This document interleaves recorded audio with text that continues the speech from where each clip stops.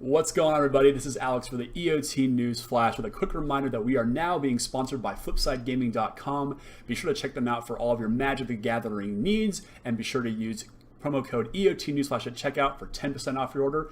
Now let's get to the show. Alright, what is up, everybody? This is Alex once again with another episode of the EOT News Flash. This is episode 85, Dino-Time with CVM.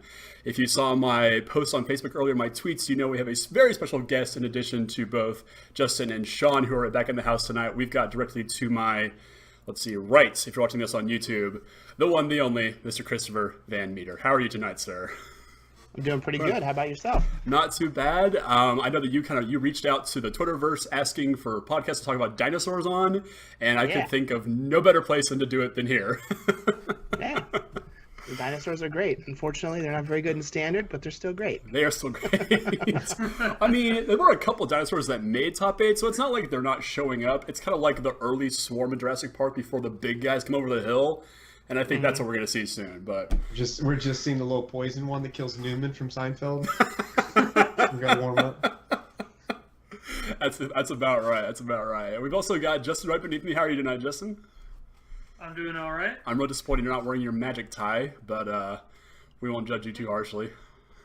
It's not a skinny tie. It's not okay. Not a skinny tie. That's fair.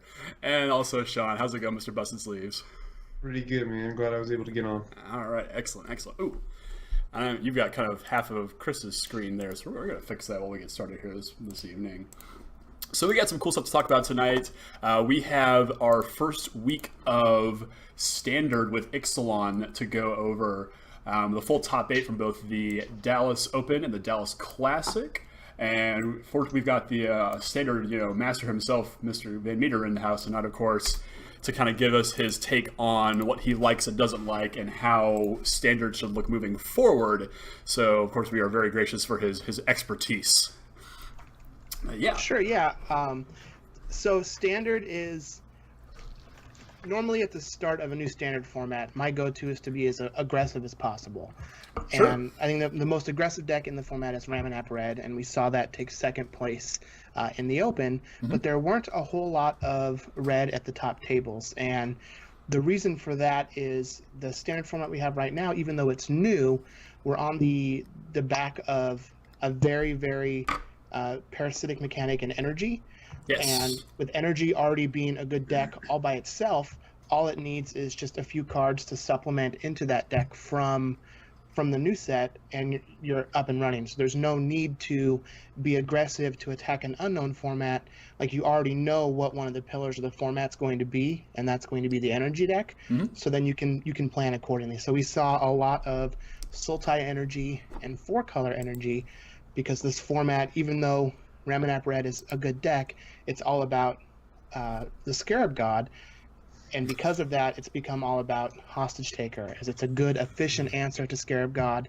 It's one of those cards that's good early, but just scales to be insane in the late game. And I don't think anything is going to change as we move forward in the Standard format. It's going to be a lot of Scarab God and Hostage Taker until the energy cards rotate. Wow. Yeah, I definitely agree with that. So let's dig into the top 8 then. In first place, we've got Mr. Andrew Jessup of the Metagame Gurus, who've been tearing up the Standard, or just the Magic in general on the SCG circuit, playing that Sultai energy deck, like you mentioned here, Chris. Walking Ballistas, Glint Sleeve Siphoner, a really cool sort of Dark Confidant-esque impersonator. Hostage Taker, like we said, probably the best card in Standard right now. Long Tusk Cub, Rogue Refiner, Winding Constrictor, Rishkar, and of course the Scarab God. Going into this weekend, like you said, this probably wasn't the deck known to beat, but coming out of this weekend, it is the deck now to beat. So what do you like about this deck here, Chris? So I really like that you have the base of the energy deck, right? Like, you have value with Rogue Refiner, you have Long Tusk Cub, which is just a card that can take over the game if it gets to run rampant. Mm-hmm. And then rather than going with something like Whirler Rogue that you see in the Teamer-based energy decks, we're more on that Glint Sleeve Siphoner. So it gives you a little more card advantage against the control decks. It allows you to play a little more lean attrition style game plan against the other aggressive or other energy decks. But then you also get to take advantage of Hostage Taker. So in the energy mirror, Scarab God, like who can live with the Scarab God and utilize it the best, is just going to win. It's the way to go over the top. And Hostage Taker gives you a way to interact with opposing Scarab Gods. It also gives you a way to interact with like those other lean creatures, right? So if we're both playing energy and on turn 6 you're just like playing a spell or a spell and an attune, and then I get to go Hostage Taker, take your Long Tusk Cub, cast it, I'm way far ahead, and there's not much that you're going to be able to do unless you have Hostage Taker in your deck.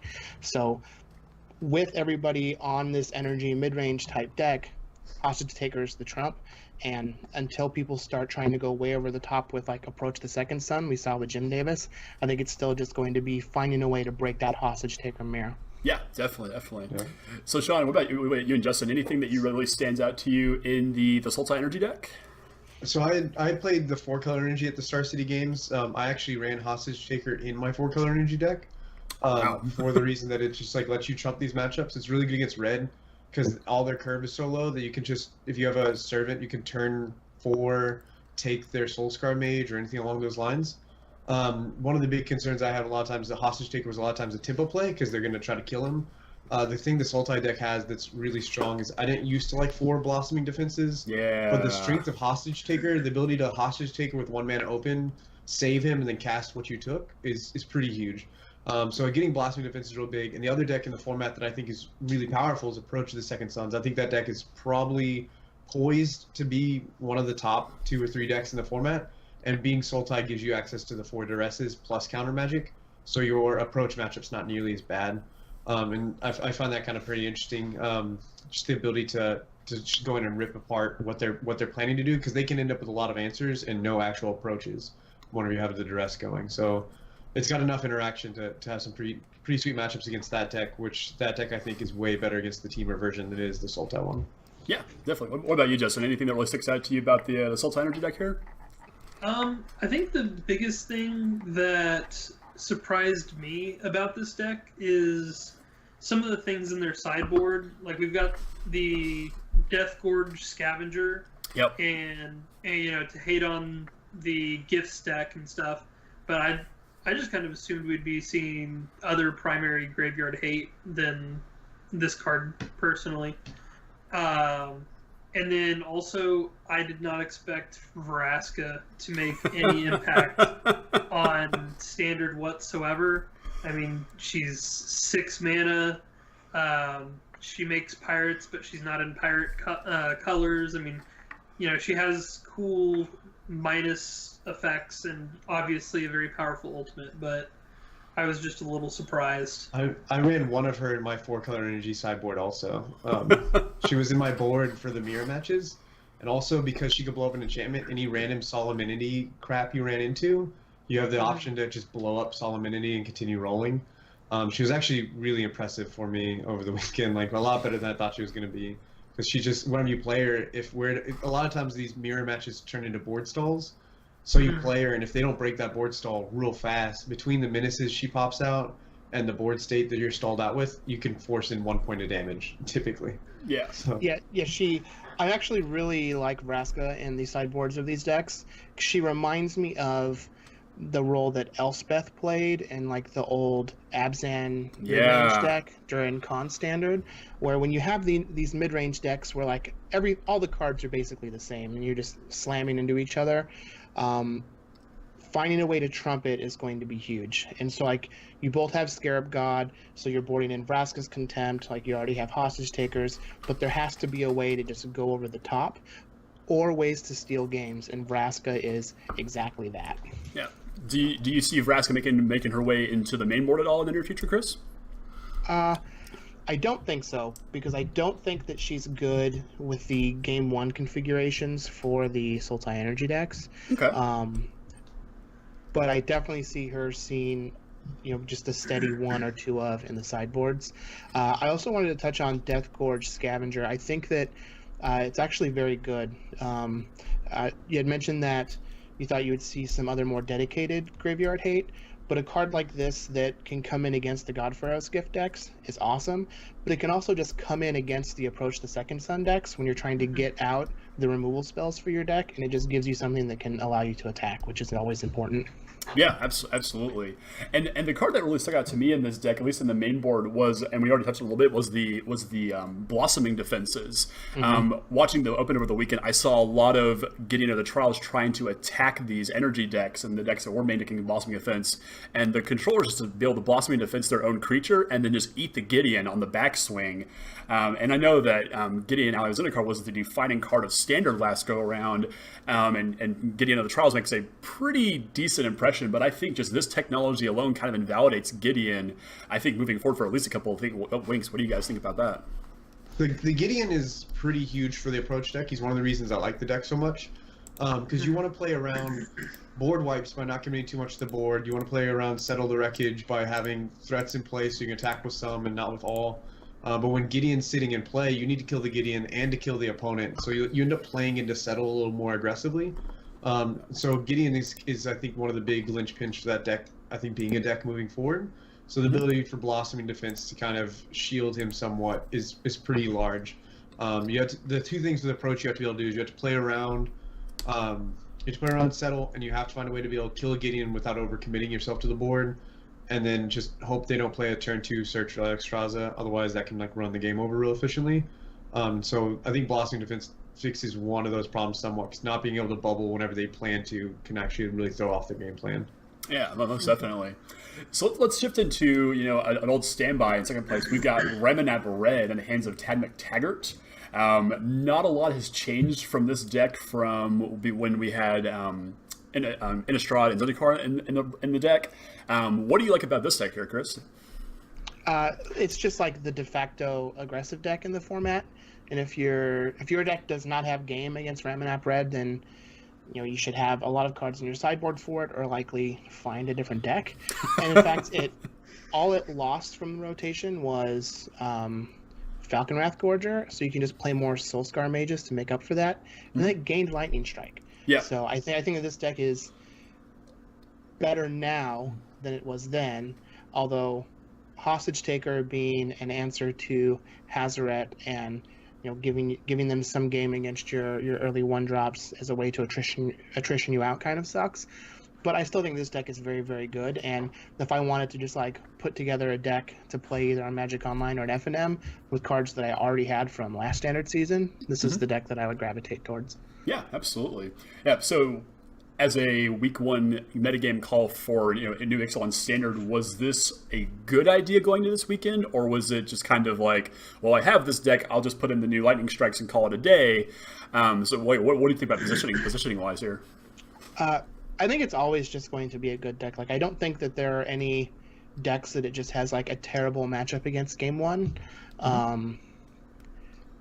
And I feel like what we saw this weekend is just all of the the heavy hitters of the Open Series just didn't play it. So that's why it didn't put up the results. So if you have this format where it's very skill intensive and the decks are all 50-50, 60-40, 65-35, that 10, 15, 20% can be made up with a skill edge. So Reminap Red may be 50-50 in the dark, against the Sultai Energy deck, but random person playing against Andrew Jessup with Sultai Energy, I'm going to give that to Andrew Jessup, and that's what happened in the tournament. Sure, yeah, absolutely.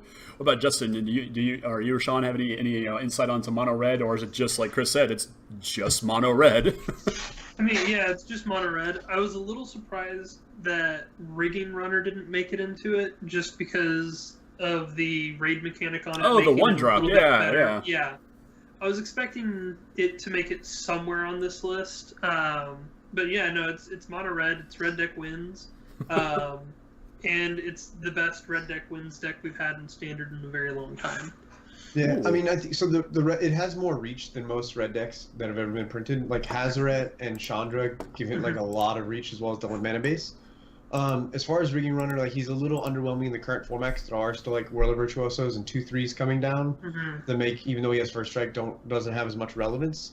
The thing is, I don't think the deck is as good right now as it was before the rotation, because so many decks came in knowing how to beat it. Teamer knew that the plan was to bring in Cartouche and make a big Hydra and attack with Lifelink.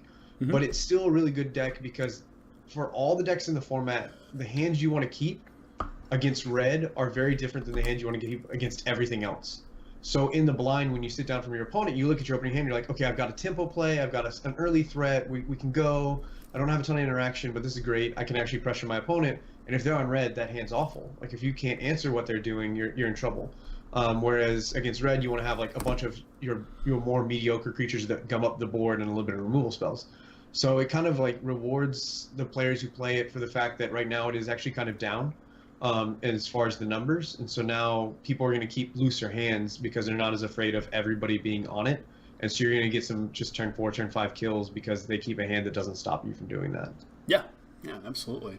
So moving right down the top 8 here, we've got in third place Dan Jessup, who is Andrew Jessup's younger brother, I think, and playing the exact same 75. Just say what we said about the previous deck into this comment section here, and we'll move on from there. Into David Thomas's fourth place deck playing Blue-White Approach. This one's actually playing main deck Gideon the Trials, which Jim Davis was not playing, which I find kind of interesting. But for the rest of it, it's pretty much just the same, Aether Meltdowns, Cast Out Sensors, Disallows, Glimmers, Settle Wreckages, Supreme Wills, and Approach the Second Sons. Week 1 control deck, it can't get much more stock than this. Chris, what are your thoughts on the Approach deck here? Oh, I think we lost your audio there, Chris. Oh. I had myself on mute because I was coughing earlier. Oh, no worries. I actually really like it. I think that gaining Search for Azcanta and Settle the Wreckage has been huge for this deck. And it's just going to be something everybody has to keep in mind moving forward. The success of this deck, I think, is going to come down to the number of duresses and negates that are in opposing sideboards as the format starts to wax and wane. Yeah, absolutely. And really briefly, kind of like a quick aside on duress and negate, there was a tweet that I think Jim Davis actually sent out during the weekend of the Open, talking about how duress and negate will probably be main board cards in the next couple of weeks. Do you see that as the trend we're moving towards because of decks like this? I mean, maybe. If we start seeing, these approach decks, then yeah, there's not a lot of main deck versatile cards that can interact with its game plan. Yeah. And so if we get to the point where those cards are seeing play in the main deck, then approach will start to wane, and then we'll just see something like Ramanap Red kind of pull up the rear. So we might end up with a cyclical type of format here where we have energy decks doing very good, approach starting to take over, those interactive cards coming in to the main deck, mono red taking over, and then it'll just flip back to the energy decks. Yeah, absolutely. Yeah. And just about you and Sean, anything that stands out to you about Blue-White Approach here? I thought it was a meme deck until it put up results. The search for Azcanta just makes it so much more consistent. I've been testing it online, and I like running 3 of it because theoretically by the middle of the game you only have one dead one, because you can have one as the land and one as the enchantment. I don't not to quite go full. For playing it Settle, the way that my team had talked to me about playing against Settle the Wreckage was that we would, against our Blue-White Approach matchups, play a semi-decent creature main phase 1 if they have mana open, and if they don't counter that creature, like if it's a Whirler or like a Cub and we have a bunch of energy sitting around, if they're not countering that creature, that's telling us we're probably facing a Settle, and so we'd attack with less creatures. We use their main phase 1 interactions because I viewed it as a board wipe, so my interaction was like, oh, I'm going to play my creatures main phase 2, so they don't know what's following up. But actually playing it main phase 1 was getting them to give us information on whether or not they're planning on settling. Because if I cast a Whirler and they counter it and they had 4 mana open and I had 2 or 3 attackers, then they don't have a Settle because they would take advantage of the 3-for-1 given the opportunity. Yeah. So then I feel comfortable swinging out that turn and possibly the next turn if they don't do something to drastically indicate their play has changed. Mm-hmm. Yeah, definitely. So to kind of compare and contrast the two decks, we have in 5th place we have Jim Davis playing an almost identical 75 here. David's playing Gideon into the Trials in the main board. He's got Pull from Tomorrow, while Jim is more on the just all-out control plan, without like the mass card draw and Pull from Tomorrow. Chris, I'll go to you for this one. Is there a version of this you like better, being more proactive with Gideon's, or do you like Jim's approach going? And I pardon the pun of approaching, having a more long, drawn-out game plan? I think that I like the Gideons, just because it feels like it's you just have like a sneaky trump for the mayor. Yeah. Because it's going to be very difficult for them to like not only combo with approach, but also beat a Gideon emblem. Mm-hmm. And I would also guess that there's a level of sort of like next leveling your opponent if they don't know that you're playing the version with if you're in the mirror, for instance, and they don't know you're on the Gideon plan, they might be cycling their cast outs a little bit more recklessly, and then all of a sudden it's like turn 8, they've already exhausted most of them. You put Gideon down with counter backup, and all of a sudden it is now the only thing that matters in that game without a way for them to take care of it. When if you look at David's list, David is running 2 main deck disallows, and what does he got? He's got 4 Supreme Wills. Oh, yeah. Jim Davis's list was only 1 disallow and 2 Supreme Wills. Like he instead had like some Essence Scatters and some Farm to Markets. Mm-hmm. So a lot of these sweet. decks in testing had like no hard counters. It was Censors and Supreme Wills because you wanted your counters to be able to find you your approach when you're ready to go off. And I like having at least 2 or 3 hard counters within your list so you can trump the mirror match since it's going to be a little more prevalent moving forward. Yeah, definitely. And we see, of course, in both sideboards, we see a mass of creatures. We've got Torrential Gearhulks, we go Caracol. David's not playing the 4 of Authority of the Councils, which I think, if you're not expecting a lot of mono red, is probably the correct play. But as I'm sure we have all noticed, when you go play in Texas, the red mages come out in force, and it doesn't matter if it's standard or modern. So I almost like having the 4 approaches, the 4 authorities there, but I can definitely see the rationale for not having those if mono red is on the downtick for a particular weekend. So let's go right along into 6th place here. We've got 4-color energy, sort of the classic boogeyman of the format ever since adopting Scarab God here. Not a lot has changed within these decks. We start seeing Confiscation Coup in the main board. Is there anything really here that you like about this deck, Chris? I think it's fine. Ultimately, I can see people just shying away from it towards the Sultai energy decks, just as having access, like more consistent access to Hostage Taker, I think is going to end up being better than getting something like Glorybringer or the red cards. But really, like, you're just looking at a hand standard deviation away from winning any given match with either of these decks. So yeah, whatever you're more comfortable with. If you have foil Korean Glorybringers and you just can't let them go, play your 4-color energy deck. Nobody's gonna bat an eye.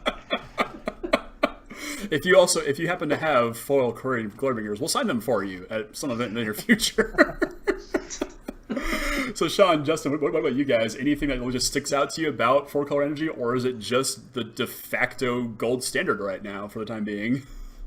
I mean, if I was going to play an energy deck, I would play the Sultai energy deck personally. I think 4 colors is real greedy. I know that energy has a lot of ways to, get around, the fact that they're running 4 colors, but right. I like being greedy. I just don't have it in my heart to be that greedy. Oh, where's the tenacity, man? Where's the guts? The mana bases, pirates. Sure. The meta bases aren't really that bad for the 4-color energy. I think it really depends on what meta game you're expecting. Because if you're expecting mid-range and approach, then the Sultai deck has a better plan against those decks. You have better long reach, you have more attrition, you have better interaction for the control decks. But if you're expecting there's to be a fair amount of like any kind of weird Mardu variants or Rammed Up Red, then the 4-color energy version, getting Whirler Virtuoso, is really big for Rammed Up Red or anybody else who's trying to just attack you. Sure. The ability to just kind of pop out some chump blockers until your better late game takes over. But I do think the 4-color energy deck should be running Hostage Takers. Like they're better than the Glorybringers in most situations. And the Chandras I haven't been very impressed with in the format in general currently against all the mid-range decks. The Chandra's not as impressive because her -4 doesn't kill a whole lot of the things you want to kill.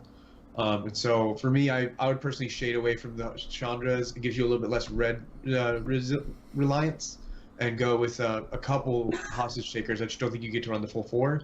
So you're not as good at this all-time match, but you have a better Rammed Up Red matchup, which kind of is what you're expected to face. Yeah, most definitely. And moving right along into 7th place, we've got almost a, not quite 75 for 75, but 4-color energy again with not a lot of changes. This one's playing Sky Sovereign Console Flagship in the main board, a couple of tweaks here and there in the mana base and creature numbers and things like that. But other than that, pretty much the exact same deck here, played by John Toon. And in 8th place, we've got I wouldn't call this a new deck, but it's a spin on a newer deck, or a new spin on an old deck. This is Brennan DeCandio playing Esper Gift. This is a deck that was kind of taken off earlier in the format where we had just blue-white Gift, and we had Jeskai, which saw a lot of play at GP Denver, which I know a couple of us were at. Chris, what's your take on the Gift deck? Is this a gift that you want to unwrap? I mean, I really like it. I think that a lot of the, like, when Brennan puts his mind to a list and is able to refine it, he usually does very well that weekend that he plays the deck. But like we saw with the previous iteration where some of the other big teams picked it up, changed it around, and made it, an actual force in the metagame, I wouldn't be surprised to see that happen with this. I know Brennan's been streaming a bit with different versions of the deck. I know he's cut Vana because he didn't think that it was very good, so on and so forth. And he's been doing very well, and the deck looks like it has legs. So yeah, most definitely. So obviously this is the version that drops the red things like Cathartic Reunion and Insolent Neonate picking up Fatal Push, Vana, like you said, not Minister, but Seeker Squire, and also Hostage Taker. Are these cards just in your guys' minds better than the red alternatives? Hostage Taker is huge. Yeah. I mean, because if you bring a hostage taker back from the graveyard, like I get a 4/4 hostage taker, that's better than your 2/3 hostage taker. This is great. Like, yeah. I don't know if I like the Seeker Squire quite as much. I know that Steven's been working on some lists, and I like the ones that have the freebooter, the duress, mesmeric fiend kind of creature. Yeah. And then I've also seen like them trying to shave away a few of like the ballistas, like not going quite as heavy on ballistas and a couple other cards, to actually run 1 or 2 main deck Scarab Gods, so that way you have your own Scarab God package. But I like the deck as a whole. Hostage Taker really gives the deck reach and gives it legs. Charter Course is pretty good at either giving you advantage against control matchups because you can attack with a Minister, or just looting. And Fatal Push, like, you still get your interaction. So I think the deck's great. And Vana is really sweet against any of the mid-range matchups, being able to pay 7 life and just kill whatever's a problem. Yeah. One quick note, and this is something that Zach Elsick actually posted on Twitter this afternoon. When you reanimate a Vana with the Godfarer's Gift, it's haste on your turn, not your opponent's turn. And so if you think Godfarer's Gift gives haste till the end of turn. It's like a really small. I remember at GP Denver, I was talking to Elsick, and he was talking to Patrick Sullivan, and like he mentioned that, and everybody sitting around us was like, "Wait, what? It's till the end of turn? Why did they even put that extra sentence on?" It was just weird. Because like you don't get, there's a lot of more small interactions, like you reanimate a Minister of Inquiries and you pass because you want to block and then activate him, and you can't activate him because you passed. A lot of weird small things that you lose because of the end of turn clause that's just kind of snuck on the bottom of that paragraph of text. Yeah, so don't think you're gonna go vindicating whatever you want all willy nilly with Vana here. But yeah, little edges like that brought to you by one and only Zach Elsick. His favorite edge he's given, and I mentioned this earlier, is the Siren Storm Tamer countering Settle the Wreckage because it targets you. Like that is, yes. I think that's really big.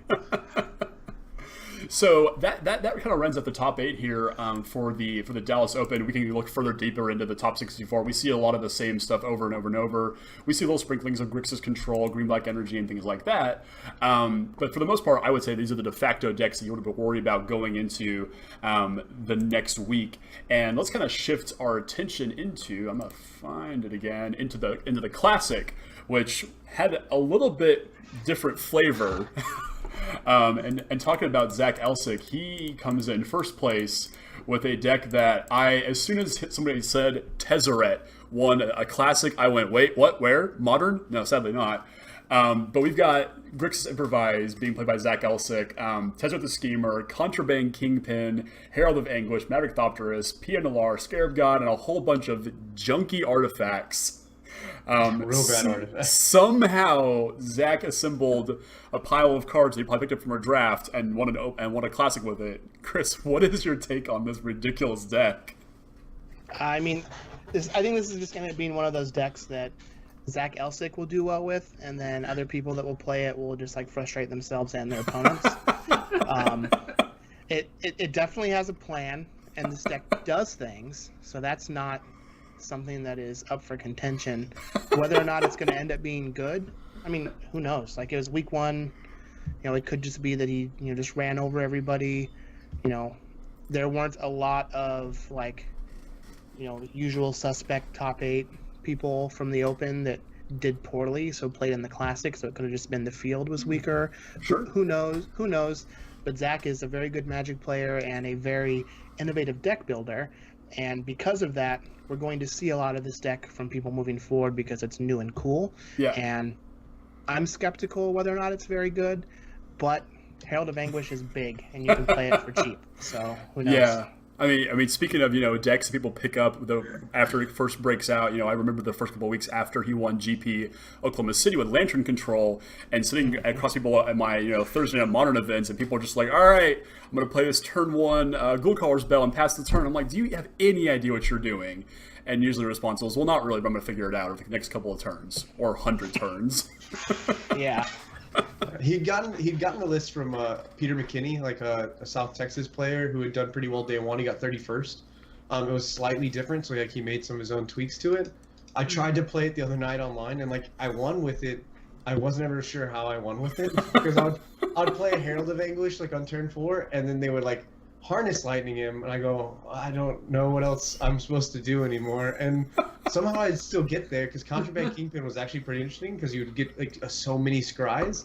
Yeah. But Tezzeret would come into play and die almost every single time. Yeah. But it was an interesting deck, and I would win, but I couldn't ever really put a finger on how I won. I just remember the lobby ending and saying that I won, and I was like, I don't understand what happened. But I mean, it's a cool deck. Yeah, you got that's the hallmark of a Zach Elsick deck. I won, but I don't really know how. Yeah.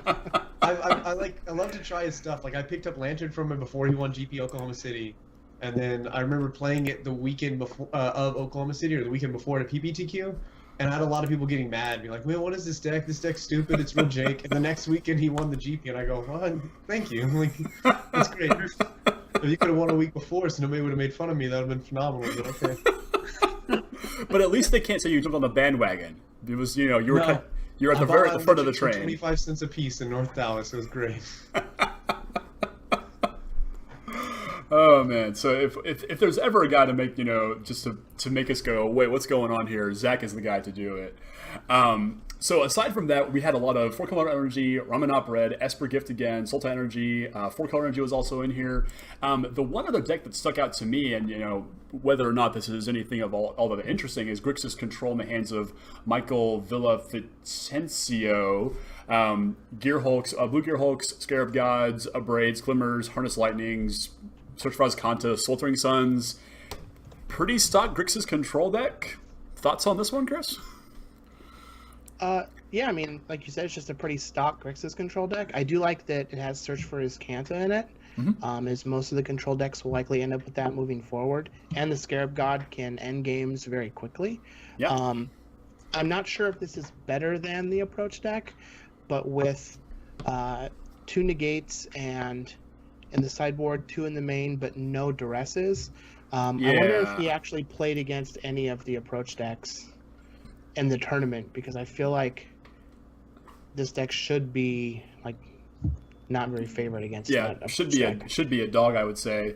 Yeah, I completely agree with that. Justin and Sean, what do you think about this? Anything? I mean, the strengths of these blue-black based control decks are that, and playing this last weekend at the SCG with it, is when you're playing a Scarab God deck and you are contributing less creatures to the graveyard than your opponent is, you're actually marginally in a better position, because you're kind of controlling on when their things are dying, and so you kind of are blinking last in the Scarab God race. It just feels better to be the deck with less creatures whenever you're playing Scarab God, because you're only taking your opponent's resources. But yeah, it's definitely not favoring the approach matchup, and I think it's trying to beat the other Scarab God decks at their own game, which I'm not sure is exactly what you want to be doing. Yeah, I mean, there are 4 Vraska's Contempt in the deck, so that's a lot. You have a lot of Contempt. It probably handles mono red pretty well.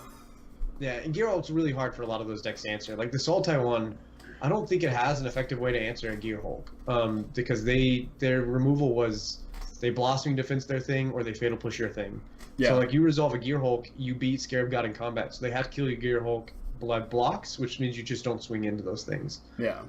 So it's because they don't have the red for their braids, like the Teamer version. So against the Sultai one, this Torrential Gearhulk can do some work if you can control their board state. Yeah. Yeah, really good point there. Yeah. So that was a bit for. I do have to give a shout out to our good buddy James Black, who took some of the place with his Romanop Red deck. James has been on the show plenty times before, and he's a good friend of all of ours. Good job, James. Thumbs up. So that's week one in a nutshell. And so I kind of want to turn the spotlight to you now, Chris.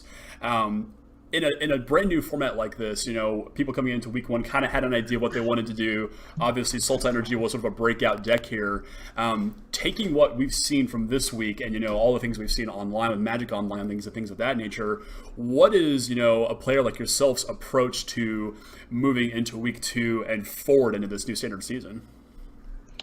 So I think that I'm likely going to be working on the Sultai deck and the approach deck.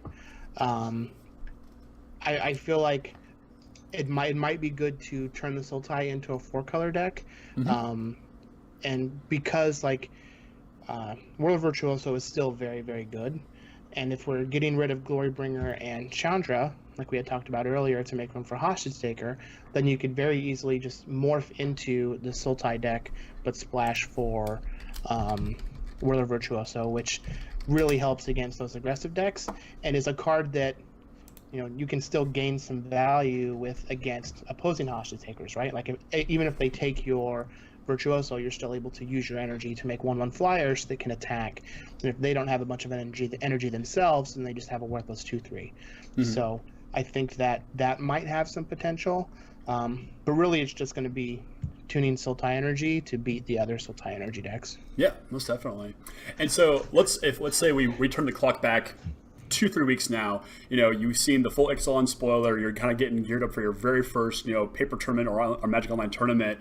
Are you more a player who's too likely to pick up an existing deck and tweak, or are you more inclined to pick up a bunch of cards and go, okay, I have this interesting idea, I'm going to try and make something brand new? Kind of which camp do you fall into?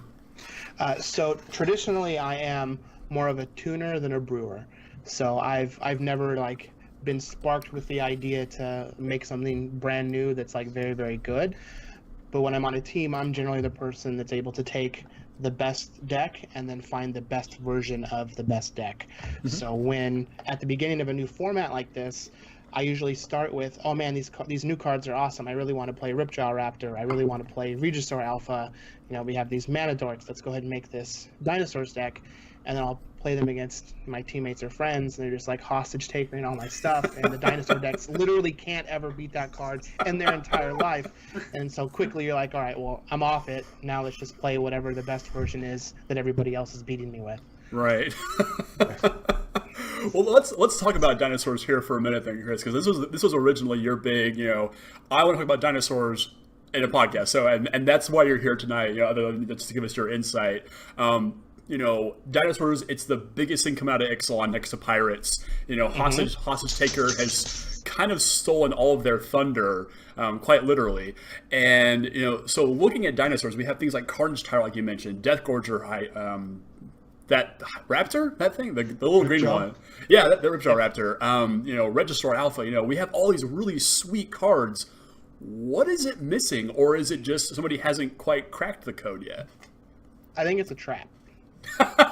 Unfortunately. So heard it here first, guys. In a world that doesn't have Hostage Taker, I think the Ripjaw Raptor is just the stone cold. But there are these efficient ways now for them to answer it. Because before it's there's no fetch lands, so the availability on revolting a Fatal Push is much lower. Mm-hmm. There isn't an efficient burn spell that gets rid of it.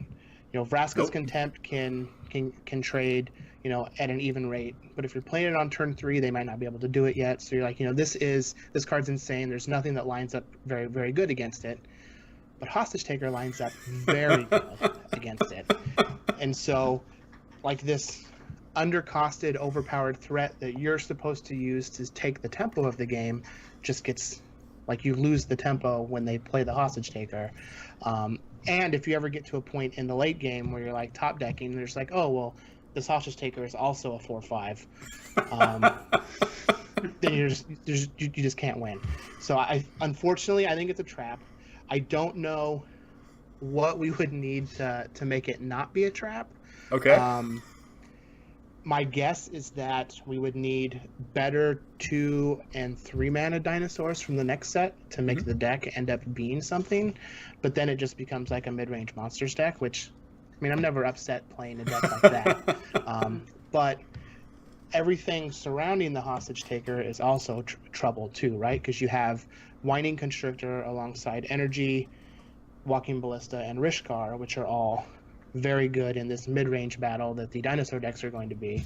And while you do have something like Regisaur Alpha that can still leave some value behind if they hostage taker it, then you have to kill the hostage taker, otherwise they just get to play the Regisaur Alpha, and then you're real far behind.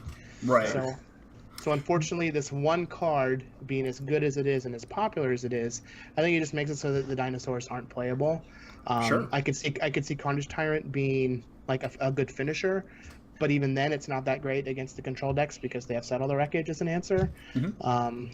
In fact, the only dinosaur that I think we might actually end up seeing play is if a green-white ramp deck becomes a thing, and there's the Waking Sun's avatar that kills all non-dinosaurs when it comes into play.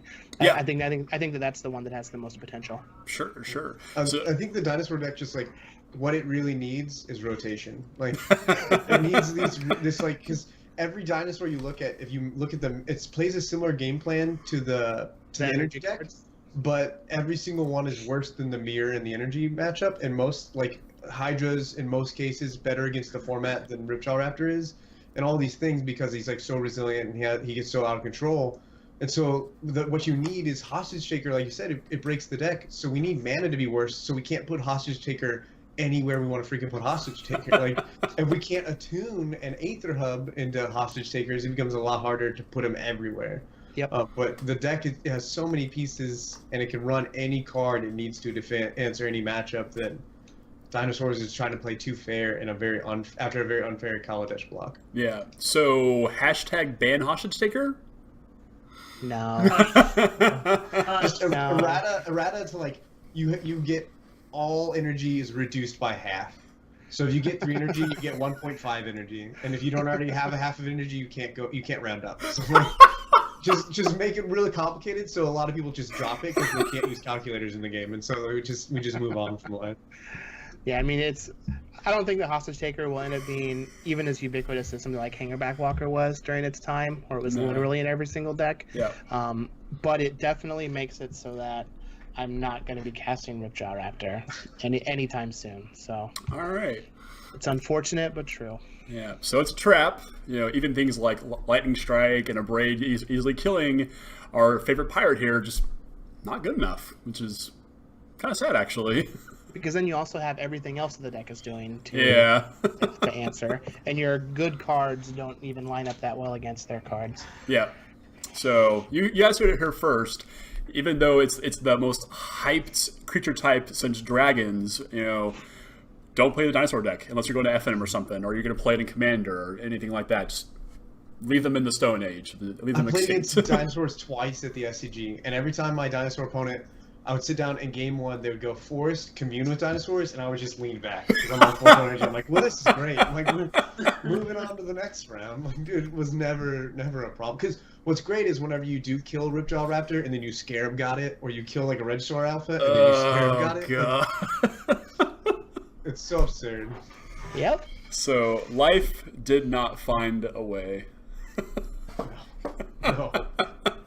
I had to get one in there. All right. So that wraps up the standard talk. Week 2 is coming up really fast. The World Championships is this weekend as well. There's no telling what's going to come out of that when you put together, I think, 16 or 32 of the best Magic players in the world, and they all just kind of come together in this massive greatness. I expect some cool stuff to come out of that, but we'll have to see until the end of the weekend before anything comes of that.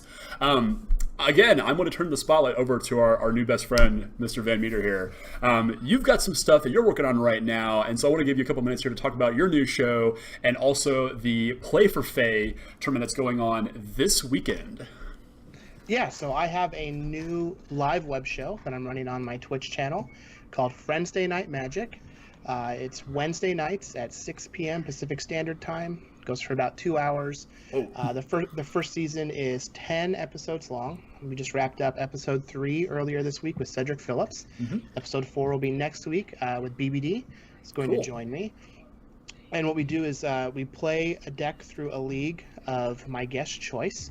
And it's just like a bunch of chatting, banter back and forth. We take questions from chat and from Twitter. We play a mini game that I come up with each time during the game, during the show. So the first episode was with Todd Stevens. We played Magic Card, Metal Band, or both. So I gave him some words, and he had to figure out if it was the name of a Magic card, a Metal Band, or both.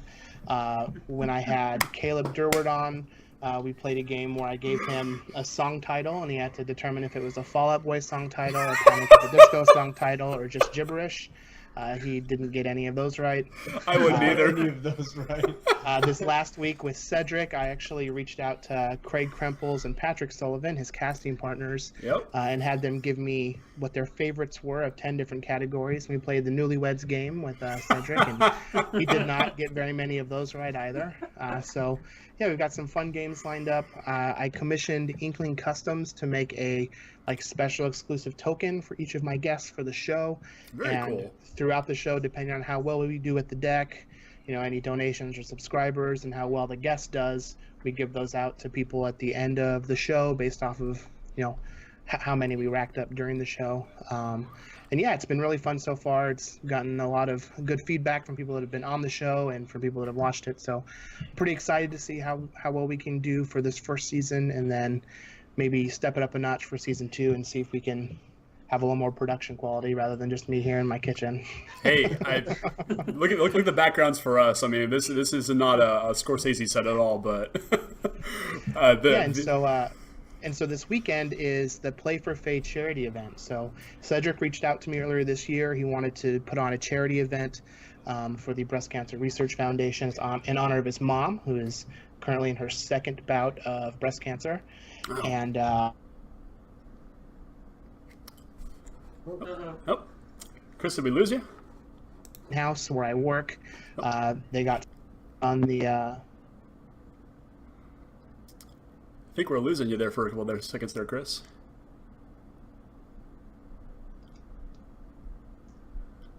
Oh, maybe not. Let's see if we can get Chris back here really quickly. Apologize for the technical difficulties, everybody. Hello, can you hear me? Yes, we can hear you now. Yes. There we go. So after the bit about the second bout of breast cancer. Yeah.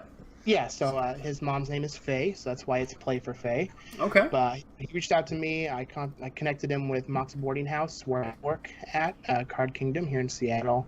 Got all that sorted. But once I found out the date for his event, I was like, hey, I'm planning the show. Let's have you on the Wednesday before your event. I'm doing tokens. Let's do a token for the event. So there's the special Play for Faye token that Inkling Customs did for us. You can get them at the event. We also gave away 10 or 15 of them on Wednesday on the show.